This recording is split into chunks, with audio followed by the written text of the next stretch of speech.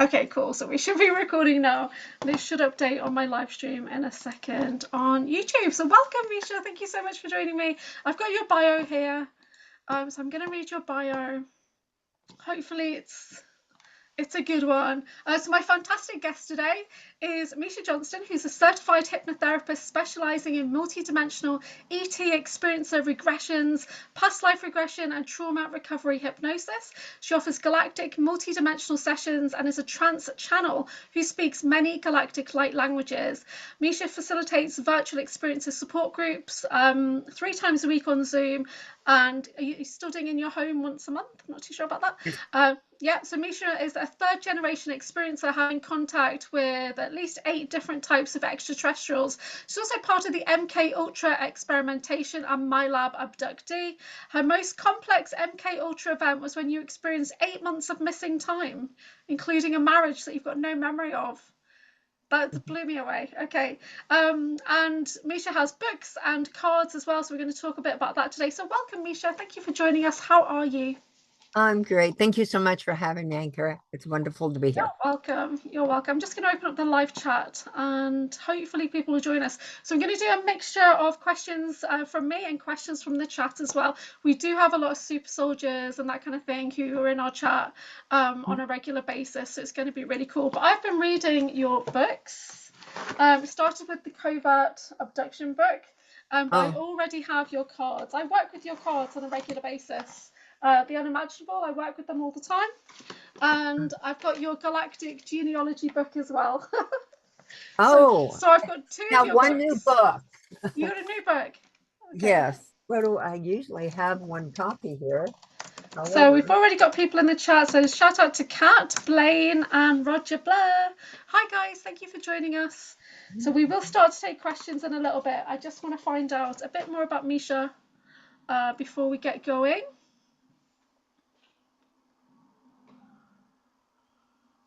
um, just wanted to show you Yeah. my newest. Okay, This perfect. What's the title on that one? I can't quite see. You Can Handle the Truth. You You can handle the truth. Okay, that's perfect. The first thing I wanted to talk about was in this Covert Abduction book on page 6, it literally starts with you saying, I write this book to let you know that no matter what you've gone through in your life, you can change your perspective to make it a positive, happy experience. Okay, so, and I think this is true as well. I really do try and put myself out there as positive and happy as I can. And I'm a laughter yoga leader, so it's easy for me to laugh, even when things are difficult and tough. So, how did you kind of break free of all the heavy energy to keep it light and positive? Well, I just realized that when I was in a depressed mood, then my life became depressed. If look at things, and I'm a Pisces, we look at things rose-colored glasses, all right? So that's okay. And I just feel that, the very best of people first. And until I have a reason to change, I'm not going to. I just think if you the what you put out, you give back. And if you're, grumpy and sad, that's what you're gonna get. If you're trying to live a happy life, good things come back to you. And sometimes bad, but Yeah. Do you work with any mantras or affirmations? I do every day. I do have an affirmation every day. Yeah, because for me, it really is a choice. Like, as soon as I get up in the morning, there's the potential for me to be quite dark, quite heavy energy, and I make that choice every day. And I work with access consciousness tools, like all of life comes to me with ease, joy, and glory, that kind of Mm. thing. Yeah. What's your favorite affirmation? Well, it's a little bit longer. I love myself. I'm worthy. I'm the master of my body, mind, and soul. I'm powerful, confident, successful. I stand my ground, I own my space. My every step is one of courage, and I'm true, authentic, and expressive. And for today, I want da da da da da. That's amazing. I love it. That's amazing. That's so good. So we've got quite a few people in the chat now. We've got Source Approved. We've got Aussie Ange. Yeah, we've got quite a few people there.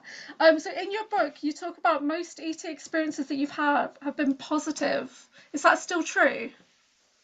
Yes, Yeah. yes. I believe my extraterrestrial, the ones like my very first one, which were the Bee Gees, the bears, were little furry fellows, and I found them underneath the staircase, and I actually have pictures if you want to see them, but it doesn't matter. But they were my invisible friends as a 3-year-old, and they were the same size as me, and they took me up on the ship, and I levitated and thought I was flying over the roofs of the neighborhood and everything like that. That was for a few, 3 years of my very young life, and then as I got older, there was what I call the tall willowy one came in, and he was, so I say, in charge of 3 little smaller gray beings that were more biological units, shall we say. However, and I would see them come to the window, and I'd say, "Oh, it's time for them to go. The baby deers are here." To me, they look like baby deers. And so the willowy one, I called him willowy one because when he walked, he didn't have bones. It was white skin, not dark eyes, but they were not pitch black, but they were darker eyes and smaller than like the little grays. And I guess it took me all the way through my hybrid programs where I was a hybrid mother. If you're meant to go on more, just Yeah, let me know. we're just like sitting here on the edge of our seats. You can say anything. Okay. We love Yes. it. So yeah, my first hybridization experience, I should say hybrid program experience, was I went to bed, I woke up, I'm in the desert. This is in Idaho, and I was about 16 years old, and there's a big UFO above me with 3 flashing, rotating kind of lights. And then the next thing I know, and it was night, the next thing I know, I'm inside, and the little gray beings that I'd seen before now doing gynecological examinations on me, and which really freaked me out. Because there had been a span, how experiences are. You'll have a few years, and then they'll be gone for a few years, and you'll have 6 months of a lot, and then they'll be gone, or you'll have 2 months of a lot. It's just, there's no rhyme or reason. There's no particular way you can tell whether they're going to come. I never had mine come every day or anything like that, but there were breaks. And so there was quite a break from my teenage life. And so, and also because I moved from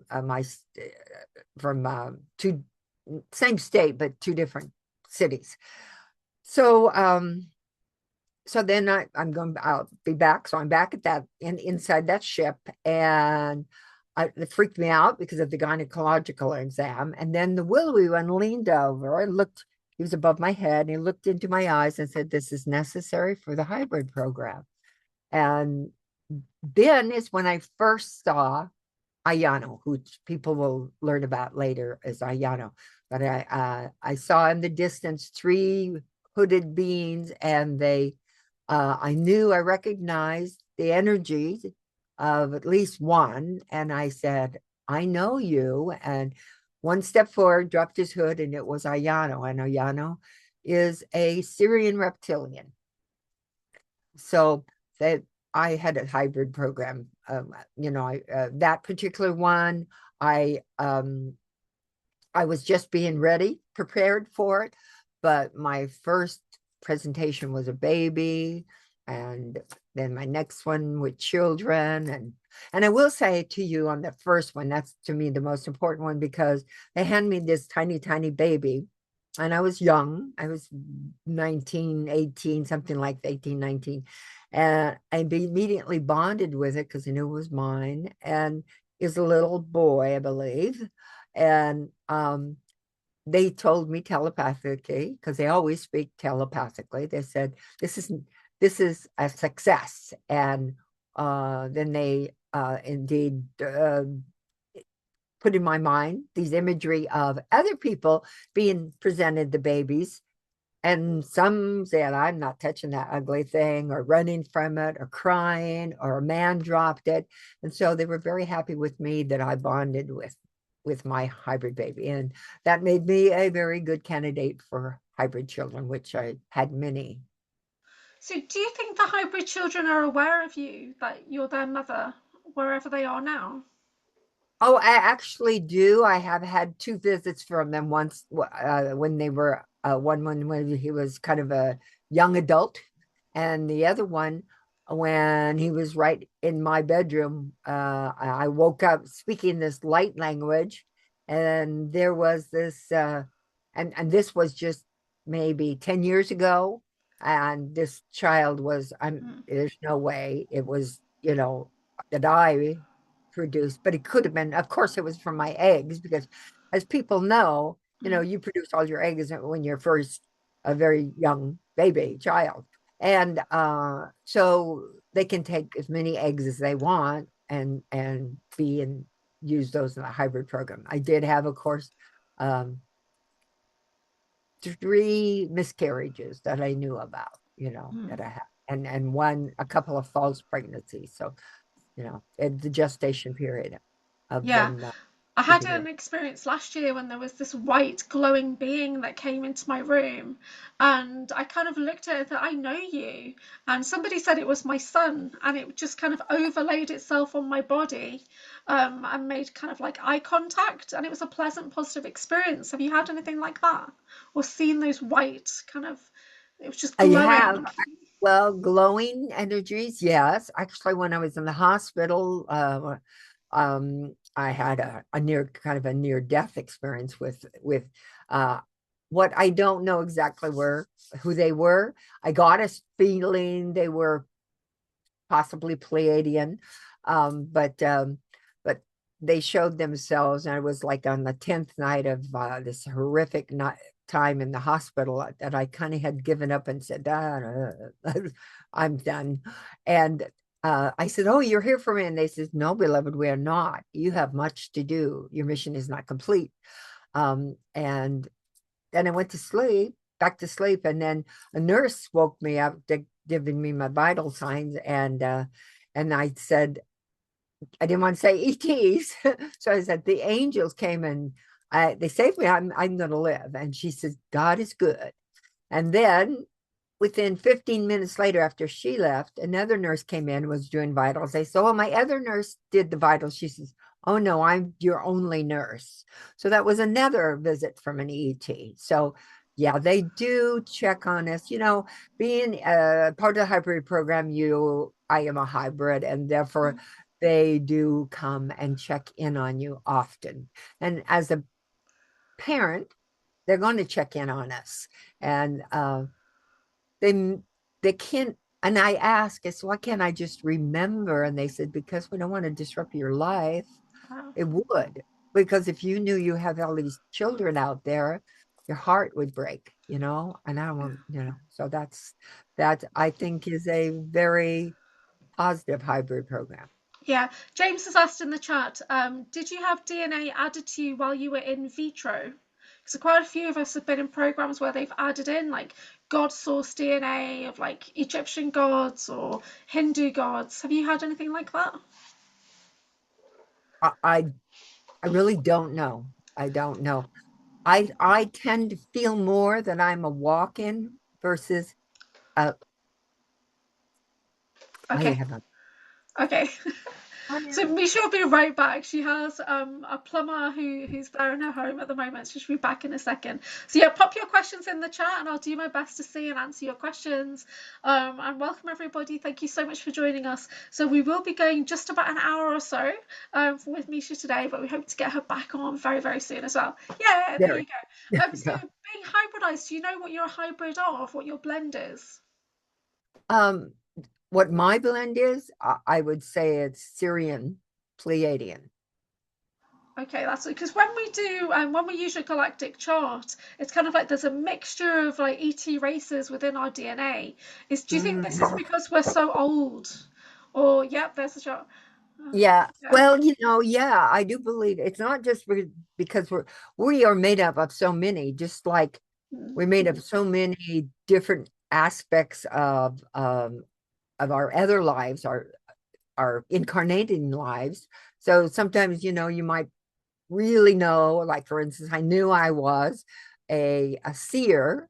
I knew that in Atlantis, I was a psychic seer who worked with huge crystal. I mean, huge, like there was 6 of us standing around a crystal. And so there's these different aspects of you that you take on in this lifetime, okay, that you bring in all of your abilities. To me, I kind of call them oversouls as well. A kind of an aspect of oversouls. So I truly think that we are not just one or two. We're many, many, many. And if you take, sometimes my readings that I do for people will state where they started. So like they started in Lyra, which is where human expansion started. And then from there, they evacuated because of the war there and went to many, many different planets. And so then it kind of plays out the different planetary constellations that they lived in, that they were part of. But even within those constellations, you're going to be many, many, many different races, many, many different races. So we've all been cat beings, dog beings, reptilians, all types of humans that kind of donkey looking, dog looking, bear looking, so many. Can you tell us a bit about the different types of reptilians? Because I know a lot of people think reptilians are bad, don't they? And I think Iyano's a reptilian, and so they're not all negative, are they? No, they're not. Ayana is a Syrian reptilian, and I have had lives with him as a spouse a couple of times as a reptilian myself. I've also had a life with him as a human, and on the Sirius constellation. So, or I should say, Lyran constellation before the war, and so they there's many different types. There's, to me, I see, and like for instance, my book, of course, goes into the fact that I'm a Milab, a military laboratory abductee, or military abductee. And I have seen many different reptilians within the deep underground military bases. Reptoid, that is very interesting. This reptoid, actually, I've had a couple, 3 experiences with it. It may have been the same one. It's hard to tell. They look very similar, but at least I know one day that I had 2 experiences with the same one. Anyway, so he was standing at the door, and I was sitting on a table, and I said, "Why are you invading our planet? What did we do to you?" So he put this image in my head that there were all kinds of prehistoric dinosaurs, prehistoric flying animals. And they're all running, and they're running away from all these multitudes of comets that are coming down. And I'm told that these comets are weapons directed by their enemy. And this was an extinction event for Earth. And he said to me, and those of us who were smaller and more intelligent went into your inner Earth and evolved to who you see before you. So, and then of course he said, we're not the invaders, you are. Are we? Did we come I after? think we Maybe are. we didn't mean to be invaders, but we came back after and became part of that genetics. Yeah, because there's That nothing did on this take over planet Earth. that we add value to. Is that, everything else can survive here, but we can't, not without certain things. So I think Mhm. that's true. Yeah. Yeah. And then there's also an alpha draconian. I also had another kind of Mm. draconian that was more, um, but the alpha draconian experience I had with the alpha draconian was really horrific. That was when I mean, and this is kind of a whole long story, but I've just kind of capsulated in the fact that in California, when I was writing and well, study, we were researching first and then going to write a book, Melinda, Leslie, and I. And it was really the book that you just showed. Well, I don't have it anyway, but the book you showed earlier, uh, this is the closest thing to what the book was we were going to write. Only it had all kinds of ex-military and experiences and other ET experiences and people like that. So we were going to write that and working on writing that book, and there was all kinds of things happen, and 3 automobile accidents. We had just been on Art Bell's show, and she came to my house because we had a conference we were going to be speaking at, and we were kind of running our conference lecture and stuff back and forth. And so we went to bed, and she slept on my couch, and then all of us, we were woke up in the middle of the night by these men in helmets and dog uniforms and night vision goggles. And they drug us out of bed and took us to a base. And in the base, I'd had this happen to me many times, where military, and it was always lieutenant colonel or above.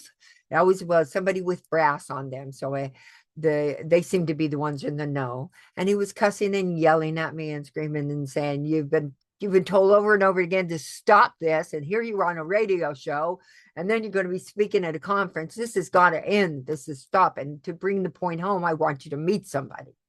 And he walks out, and in walks in this draconian with a swinging tail, very different, taller, bigger, buffer, much, much bigger.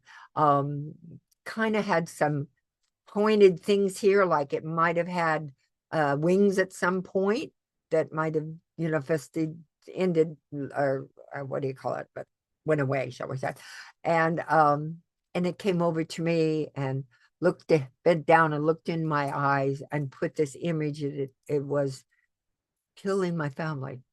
Not alone, but some others, ninja people, were killing them. So they just kept giving me these messages that they wanted me to shut up. So I did actually stop for 9 years. But then I got back into it, right? Yeah, I've got a question that Dan submitted because he can't be here for the live, and he says, how can we begin to unlock memories, and how do we know what's real and not just influenced by outside sources? So when did you start to realize that you had memories that could be related to the SSP as well? Okay, so 1982, it's like, bing, I woke up. Now you hear and you meet people all the time saying, I just had an awakening. That's when I woke up. And I believe maybe even that's when I walked into the body that is this one. But because from that time on, I have never have felt my age. And so I want to say that I started with therapy, trying to find out what was going on. Then it moved in from therapy to hypnosis.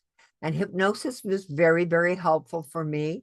Though I've done 19 hypnosis sessions, so it's not an easy thing to find out your information. The reason I have so much information is because I've been working at it for so many years. So it's not something but I will tell you, the new young generation comes in with a lot more abilities and talents than we do than I did in my generations. They can transmute things faster. They can, in hypnosis sessions, can get so much more than I used to be able to. Plus, for the fact of people such as myself, I'm a very good hypnotherapist, and I can help people not only get 1 or 2 or 3 things like I used to get when I had sessions, but we can get whole lifetimes. We can go into childhood issues and all of those, all in the same session. So, and then we can also, which is something that never happened with me, cancel contracts, cut cords, do releasing and healing, and bring back your altars, bring back your altars to you, call them back in and integrate them. So it's a process. Now, I say there's 3 things that I think he should do.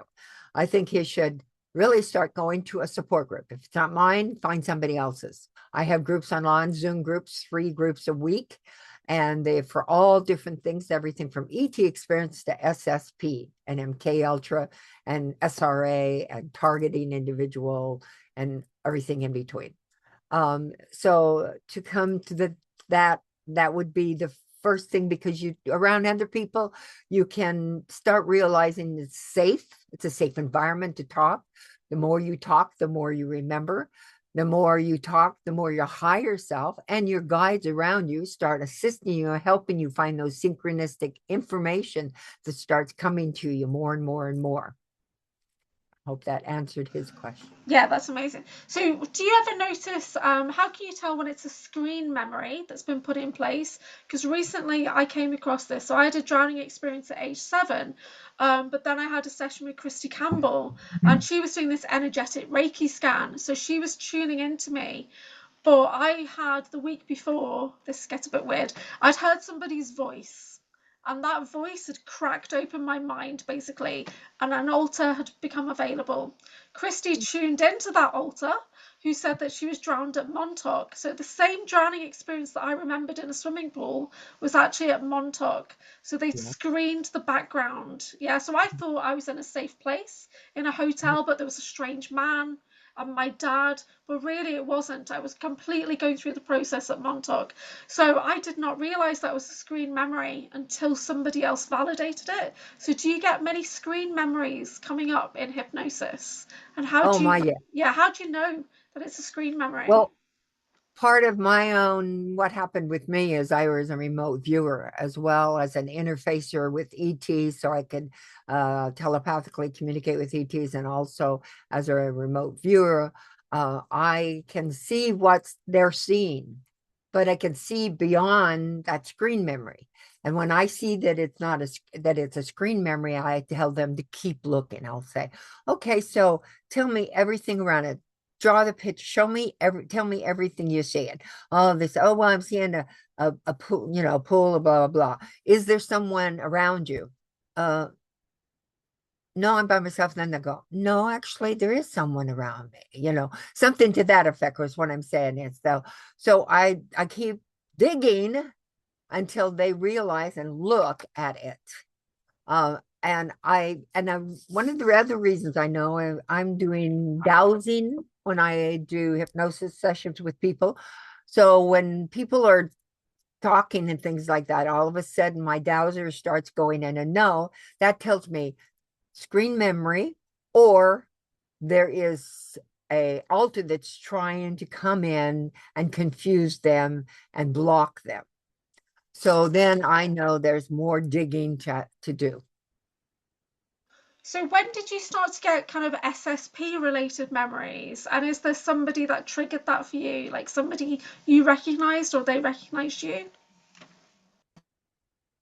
Um, well, now actually, I started getting SSP memories with Bill Uhouse. Bill Uhouse was the first man to work with J-Rod, which J-Rod is a well-known EB from one of the Roswell crashes. And also, I believe J-Rod is also where the chair came from, Montauk or something like that. But anyway, and so Bill started talking to me first and interviewed with me first, and then became a friend. And I went to his house that met his wife, and became good friends. And the more he would tell me, the more about things and stuff, the more flashes I started getting. So then I thought, okay, so I need to do some hypnosis about what these things are that are coming up, what these flashes are. They were like me in a ship, me not as not as a like a abductee, but me in another kind of ship. Like I first thought that I saw myself as a like 11-year-old in a what felt like a submarine. It sounded like a submarine. It clunked around like a submarine, and there were other kids, and so that none of that was making sense with an ET experience. So I started pulling in those information from hypnosis sessions and started getting more information. Realized that 11 years old was my first time out in space at the SSP program. And I was basically just being trained, possibly to be a super soldier. I don't know. But I kind of, shall we say, flunked out of that because I couldn't kill people. They right away learned that this was just not, I was not able to kill people. There was no way I was going to do it. When they were training me from my 3 years old and on, and in an insane asylum, actually, long story, but my grandmother would take me there. It's all in my book. They can read about it. But and they would try to get me to, they did get me to kill a rabbit. But I was so absolutely devastated when I found out it wasn't a stuffed animal and that it was my rabbit. There was no way. And then they also tried to get me to kill a girl that was slacking, they said. She was a slacker. And of course, no, I would never do that. And I said, there's no way you're going to get me to harm anybody. So just stop. It's not going to happen. And that was about 9 years old. And so from there, I kind of was drafted into a different program altogether. And so now being back, I was at 11 years old is where I started, the secret space program. And then it went Yeah. on there. Did you ever have any clone experiences, like me see a clone of you in person? Because that's happened to me when I saw one across the street in France. Oh, interesting. Yeah. Um, say, did I see a clone? My clone, no. But I was at a conference and a woman came up to me and said, "Oh, it was so nice to talk to you at the conference, 3 months ago or something like that." And I said, "Oh, where was that?" And she says, "Oh, that was in Mount Shasta." I says, 3 months ago, I was at a conference in Colorado. I wasn't there." And she says, "Oh, no, you were there." I says, "No, I was not there." And she says, "Well, you didn't speak there, but I saw you there and I talked to you." And I says, "Well, it wasn't me." And it was funny because, oh no, I can't think of all of his name. The super soldier. Oh, from the Marines. I can't think of his name all of a sudden. Names are the things they take away Yeah. from me. But he was there sitting and he said, "That's weird." He said, "You got a clone, I bet." And I said, "You think so?" And he says, "I'll find out for you." He did. He called me back and said, "Yeah, you got a few clones." Yeah, So just a few. I've got a you got lot. a few clones. See, the thing with me is that when people suddenly get that in their awareness that there's multiple versions of me, they start to notice me, right? Uh-huh. So I went to the conference in the UK here in December, and I travelled with somebody. We shared a room for a day or whatever. And then when we separated, she went to Wales, and she messaged me, "You are in this cafe. You're across the cafe," like, but she couldn't get a clear photo. And you Uh-huh. start to notice me more then when you realise that there's loads and loads of clones. It's mad. Okay, I'm Yeah. gonna Yeah. check. Sometimes they put them in the same arena that you're doing or the Yeah. same, but most of the time they just are out there using them for different things. And since I was part of the spying, that was one of my jobs they did. Did you ever have memories of being in different countries, like coming to the UK, being in underground bases in the UK, or? I did have I don't know. I don't know it was the UK. I really can't tell you where it was.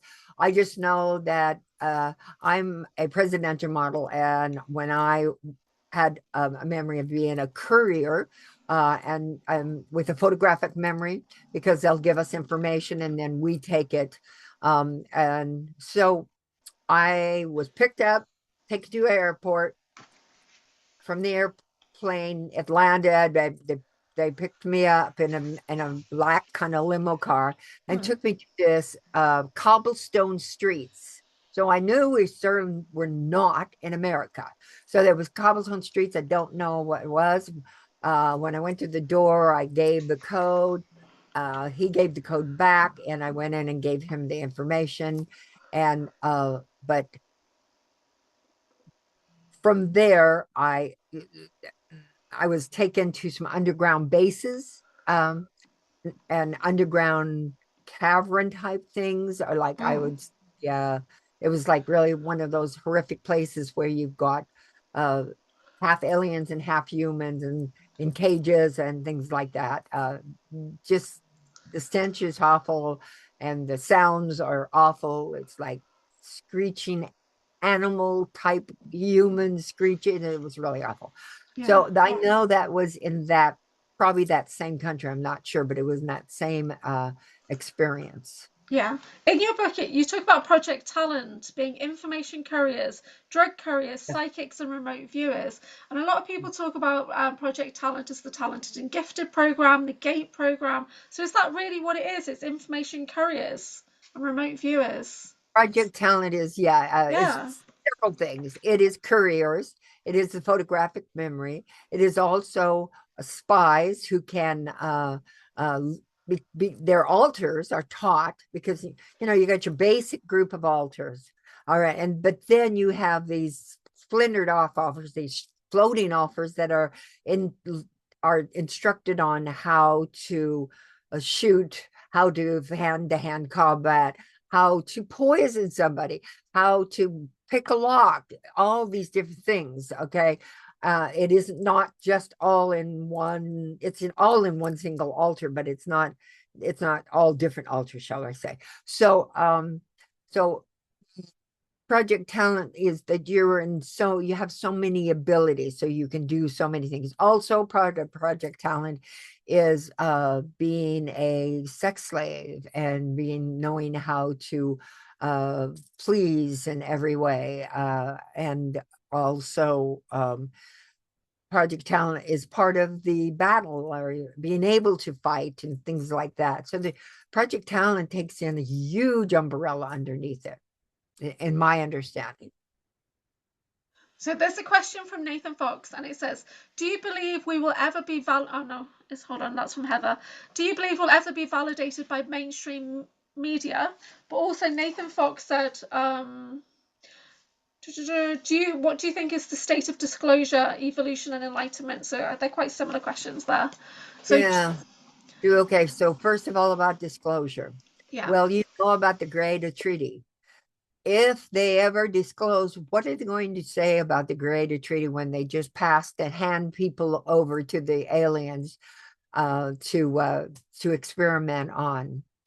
Then they'd have to own up to that. So I don't see how we're going to have that kind of disclosure.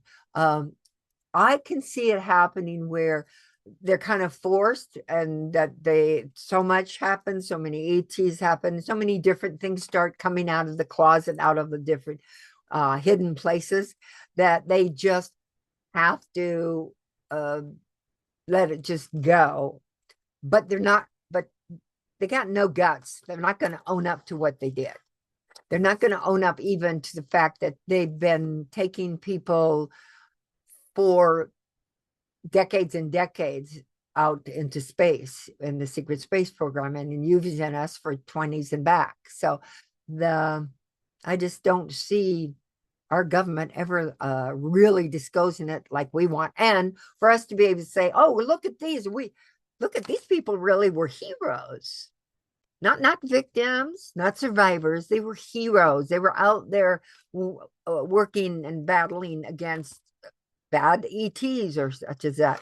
No, I'm afraid our government won't own up to that. And we I, won't get the credit we deserve. no, I did a review on James Rink book recently, and in it he mentions about Kruger, and he says that Kruger said that they're going to disclose our files. If the ET disclosure becomes public, then they're going to give the files of the soldiers out. Do you think that's a possibility? Wow, I hope, Yeah. because I was given my file by Peter the Insider, and whoa, they owe me some money. But no, no, that's what he said. Don't they owe you a lot of money at I don't think MIT? You did so. all this stuff at MIT, Yeah. and made them Yeah. lots of money. So I would hope so. That would be great. Yeah. So I also went through the ACIO, and I had one session on that. It was 2.5 hours. They reduced it down to like 90 minutes, but so much came up. Like Project Paperclip came up for me, and I was a young scientist in Project Paperclip, but that was linked into Sedona. Now everybody says they want to go to Sedona. It's such a wonderful place, and I've got this dread of being in Sedona. And I know you were abducted in Sedona as well. I Yeah, was yeah. bad. That was my first time where the reptoids got to me, and the Milabs got to me. And in fact, it was crazy. I was abducted out of the house. There was four other women in this house we were renting, not renting, but it was like a Airbnb, and so I was abducted, and I knew that I had a really awful experience, but I couldn't remember it. I knew it was awful, but I couldn't remember it. And so we're driving back, and then all of a sudden, this is wild. A truck comes up with a big cross on it, and it's a medical truck. And it uh well, first of all, I'm running ahead of myself. I first started getting what I thought was a heart attack. We pulled over. We got out of the car. The girls got me a sleeping bag to lean up against on the tire, and I'm leaning up against the back of the car by the tire there at the back, and up pulls this medic truck immediately, like within 5 minutes. How's that possible? Not possible.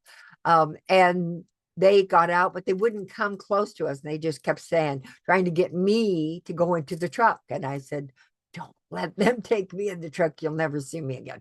And so they just kept at it, and said, women said to the women, you're responsible if she dies and you're not giving her help. We really need to get her in on some equipment. And I knew equipment comes out. You don't go in. Equipment comes out to see if you're about to die or something. So then sheriff pulls up at the front, and they did get in their truck and leave immediately. So I don't have really, every time I've gone to, not every time, most times I've gone to Sedona, I've been taken out at I'm trying to think what it's called, Canyon, something Canyon. Oh, I can't think of the name. Is it Airport Canyon? Something like that. There's a base out there. Yeah. Tell us about that time when you were on the cruise ship and you got hit by the direct energy weapon. Oh, that was when they gave me cancer. Okay, so that was last year, and I was unpacking. My roommate had gone into the bathroom, and I had my luggage laid out. She'd finished her unpacking and was unpacking and putting them in the drawers and stuff. And all of a sudden, I just felt like something came from behind me, which would have been the back, would have been the door of the cabin, and came through and hit me so hard, it knocked me down. And fortunately, I didn't go into the suitcases because I have these hard plastic suitcases that would have hurt badly. But I still got hurt. My back was wrenched. Long story short, I ended up having to go to the acupuncture there, spent a lot of money on the ship with the acupuncture, and just so I could do my night vision tours, because I paid people on the cruise up on the top. 1 second. So she'll be right back. Here we go. The Yeah. cruise. Thought I heard a knock. It was something else. And I take them out to look with night vision goggles and do CE5s. So anyway, I was kind of torn up, and it was really in a lot of pain. And it was going excruciating pain going all the way through into my back, but also my back was wrenched. Anyway, I ended up going to the hospital subsequently after that from anemia, and which I've never had before. And I ended up finding out that there was a hole in my colon, and cancer was put in there, or was in there. And so I do believe that they gave me cancer. So I've been Yeah. working There's survive. a question, a targeting question saying, how can you distinguish between a dew attack from a psionic attack? So have you been able to A witch distinguish attack? between a direct energy weapon and a psionic attack? I I couldn't tell you the difference. I No, wouldn't. because I've had like vision where I've seen a handler reach into my mind. Well, they've tried to reach into my mind. That's happened to me twice. But yeah, so I mean, I This do kind videos of of my, felt like energy that just penetrated through my body. So I'm yeah. not what that is. Maybe they can tell us, Yeah, yeah. So do because you I put don't any know. protections in place generally? Do you have anything, any protocols that you do generally for protection Oh, I to, do. I do yeah, all the time. I do all the time. But I got to tell you, I was on a cruise. I yeah, was a not UFO expecting it. conference. I'm not expecting it. Yeah. And the thing about it is, uh, one, two, three, four. One, wait, one, two, three, four. Four Mm, other people, no, three other people. So there was four total. Three other people had been attacked on that cruise. right. Uh, One man before he got on the cruise, he fell down and hurt his knee, so he couldn't get on. So he had to turn around and I guess fly back. Right, never made it on the flight, one of the two. And Yeah. then when a woman had to be, she fell down and was hurt so bad that she had to be taken off the cruise and flown back home.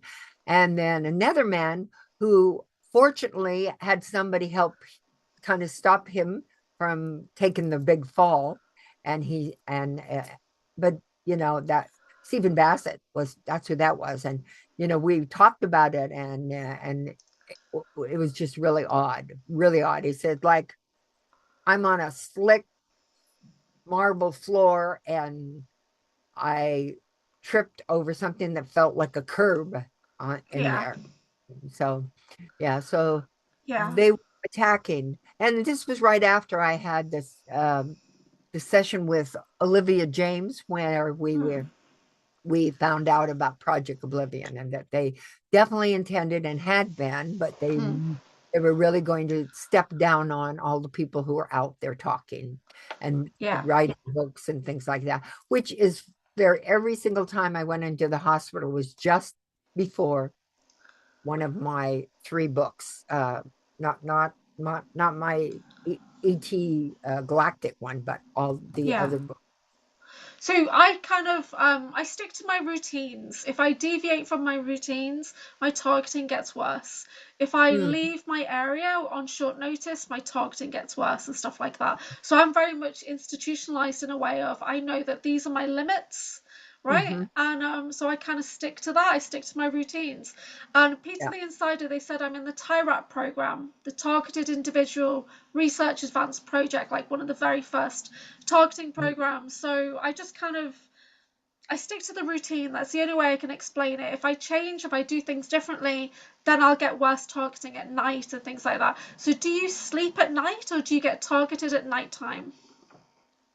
My targeting kind of subsided, shall we say, probably at least 5 years ago in my home. I have put a very large protection around my home. My Octurians are assisting me. Ayano is assisting me, and I believe that I'm very protected uh, most of the time. I should say, unless I really kind of get maybe lax. But if I keep my mantra up, I keep my because I'm a Maharic shield of protection.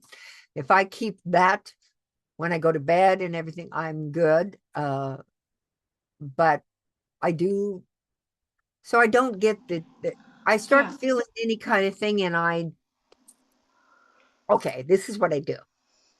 If it seems weird, but I'm going to tell you. I believe it. Think of myself as like a superhero. Okay.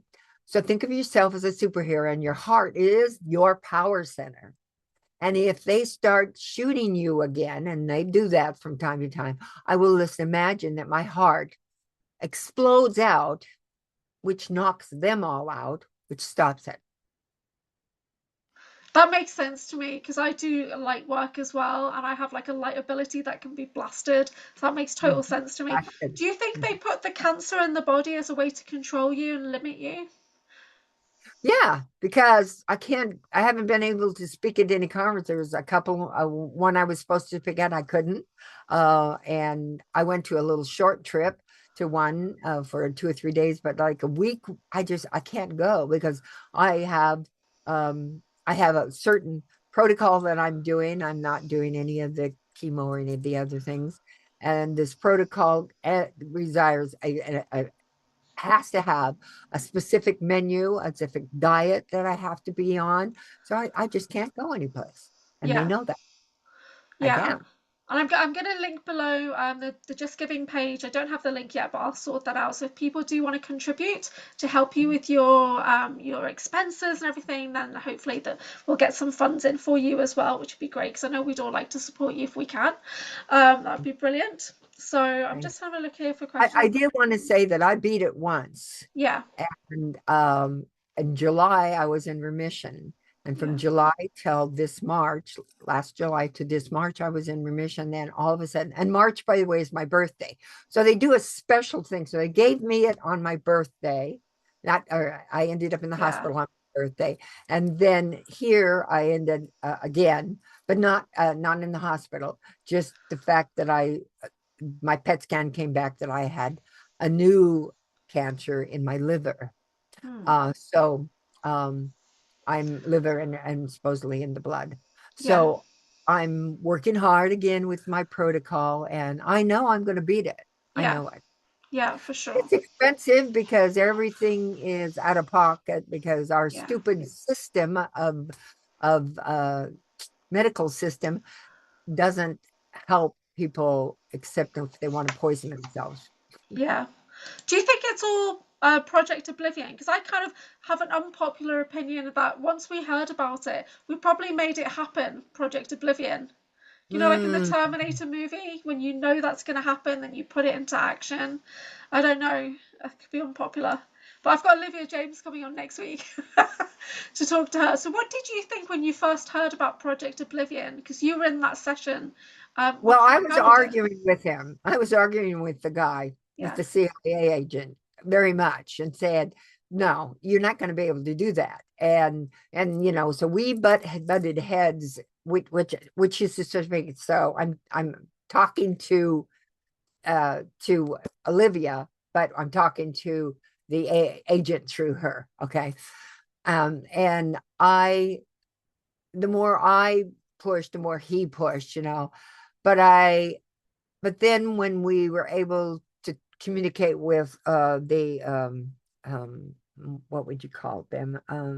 Well, people will hear it because she'll tell the whole story, but I'm trying to remember the name of the other one that she remote viewed in, because she remote views. So she remote viewed to um a place where the earth is a time where the earth in the future uh has been basically so much Project Oblivion that they're lost, and I just kind of refuse to believe that that can be. I don't believe it.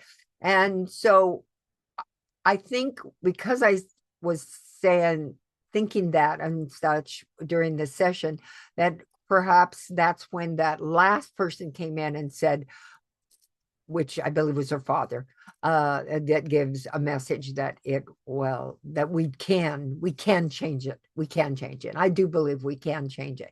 Yes, they are doing it. I can see they're doing it a lot more. I can see that they are taking out people that are high, um, not high, but really out there being seen. And but I still believe that we can stop it. I still 100% believe that we can stop Project Oblivion. what I've noticed is people around me getting targeted to kind of handle and target me. And then it's like particular people, you see that they're going through something bad, but they can't help themselves. They can't make any change at all to help themselves. And you try and help, you try and help. Then I got to a point last year and I thought, well, hang on, no, this isn't right. This is a test in a way. And I had to put a hard boundary in place and say, no, I will not be targeted. As soon as I did that, things changed for me and that person, right? Mm. And then I had something come up in the last 2 months with somebody in the community. You could see that they were going into overwhelm and they were lashing out, and there's a lot of division going on. But I do believe it's all targeting. Yeah. Okay.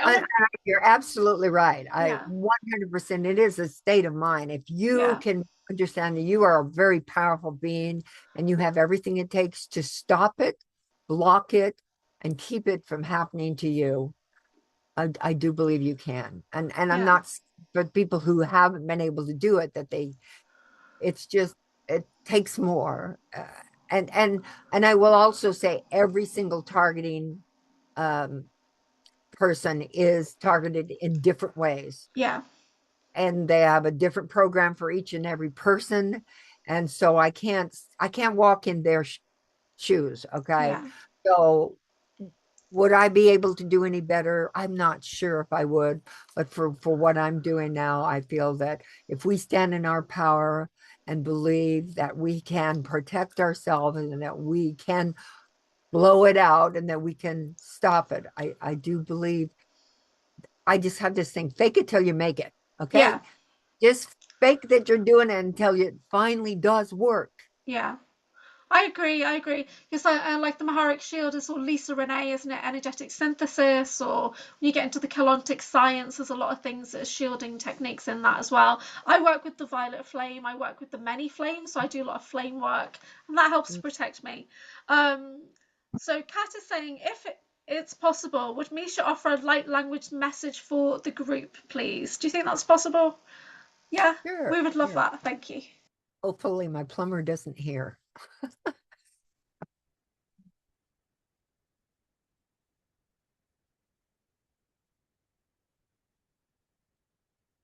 以前我们的阿姨呢是说什么的牙齿对，以前他说我们牙下的牙的，说什么的嘛牙都呢说了吧，啊说他说呢我都说了吧的，牙的是什么的哎说呢过上嘛奈，牙那什么有那是你。And the message is, you are all equipped. You all do have this inner energy. You all are able to stop things, stop attacks, stop psychonic attack from microwave weapons. You have these abilities. You are much stronger than you are. You are source. As you believe that you are that heart of source, that you are source, and that you can stop these attacks, know that you are so much more, so much more. And we love you and honor you. That's a perfect message. Absolutely perfect. That's Yes. so good. You know, a couple of months back, you were on Typical Skeptic, and I always ask for the light language message, always. And the message you gave just really pushed me out of the low vibration I was in. And I listened to it every day for about 3-4 days, and I felt my vibration getting higher and higher and higher every day. So it's not just a message, it's a healing, right? It's a high vibrational healing. Yeah, so that was perfect. Thank you. Oh, well, thank you so much. Oh, well, Yeah, that is that means so yeah. much for you to say that, because when they do send out these messages and such, and then they translate them, um a lot of times the people get the message when the light language is happening.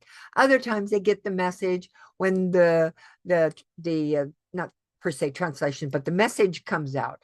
And so, and it's meant not for just one person, it could be meant for so many and so many, and there's everything's in the now. So even if it's an old message, it can mean for you now. So Kat says she got full body chills. Judy says, what a powerful and beautiful message. Thank you. Herb says, awesome. Eric says, thank you. Oziane says, wonderful message. And Jane Celia Hatch is in the chat. She says, thank you, Miesha. And Christy Campbell was in the chat before as well. And I was like, so good. Flix did have a question, and she's in Holland, so she's on a different time zone. But it was, how do you know what the English message is afterwards?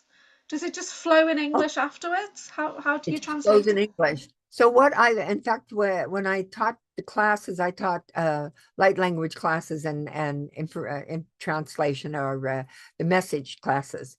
And what I tell people, that when the light language comes through and you're not understanding anything about it, and you're kind of still there, you stepped aside, it's not like a trance channel, and that you listen. Right after you listen for, within a millimeter of a second, you listen for the first word that comes out. And when you can able to say that first word, then it all just flows. And to right now, I can't tell you what the first word was. When I re-listen, I'll have to listen, but that would have been the first word that I heard, and then the rest just flows out. And I will say to you that at 6 o'clock, and I don't know, that might be okay for your time. I don't know about your time zones and such, but 6 o'clock Pacific Standard Time, there is going to be a group tomorrow, which is a light language, automatic writing. We work with pendulums. I help people learn how to get the translation or the message from, because translation is impossible. I will tell you that. It's impossible because if you were to write out everything that they say, it might be in two things, might have 10 words in it, and one symbol might have 5 words in it. One symbol might have 25. There's just no way to really be able to translate, but you can get messages and they come through. So that's So at So that's six amazing. So o'clock. your starseedawakening.org. So when we go to the virtual support group membership, so the membership is $22 a month, and there's access to 3 weekly support groups. Up to 14 groups a month are available for $22.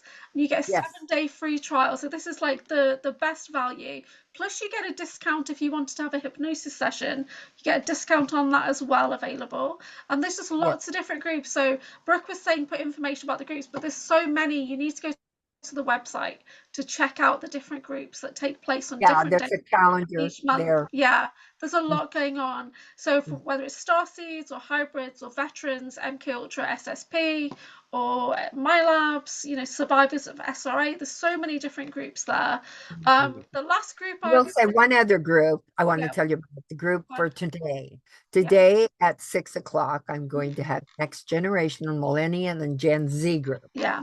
And I'm hoping some Gen Zs and millennials come because I know that they're awakening. I know that they're activating. And I know that, they are the creators. They are the creators of the new earth. And so I want them to be awakened and please come. I am inviting anybody to come to it, but I really want to see some young people. Yeah. Did you get there was other facilitators at one point you were going to have, like Sean Bond facilitating with you on the Gen Z group? Does he still do that? I don't know. Well, we did, but unfortunately, it wasn't going very far. And Mm. I'm actually going to be going on TikTok because I think TikTok is the Yeah. place, not Facebook, to Yeah. reach your people. Yeah, that's Um, true. mhm. Yeah. There's just a question from Judy saying, do you have a connection to the Arcturian Sanat Kumara? Sanat Australia, Kumara. Yeah, it's an ascended master. um, I feel very strong with protection from the Octurians. They've been helping me. When I first started getting the psychotronic weaponry attacks that were affecting my internal organs and such, which was a pancreatitis one, I was connected with an Octurian group, and they started sending me Octurians to protect my home. So, and it's like as if their energy has covered my home. So, I'm very, very connected to Octurians, and Yeah. Octurians are really amazing beings. And for people to understand, Octurians' most important message that they have is to transmute negativity, fear, anger into love and light energy. That is why I am a really happy person because of my Arcturians connection, I do believe.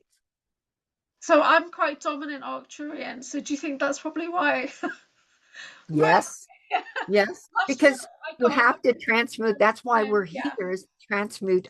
And we're not just to transmute this, but to transmute yeah, all of our parallel existences in the multiverse, to transmute those. So in our astral time, we yeah. are going around transmuting these energies into a more unconditionally loving light energy.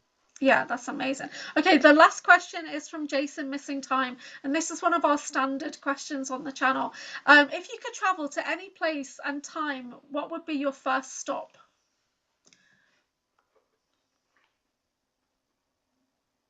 Any place and time would my first stop. Yeah. Okay.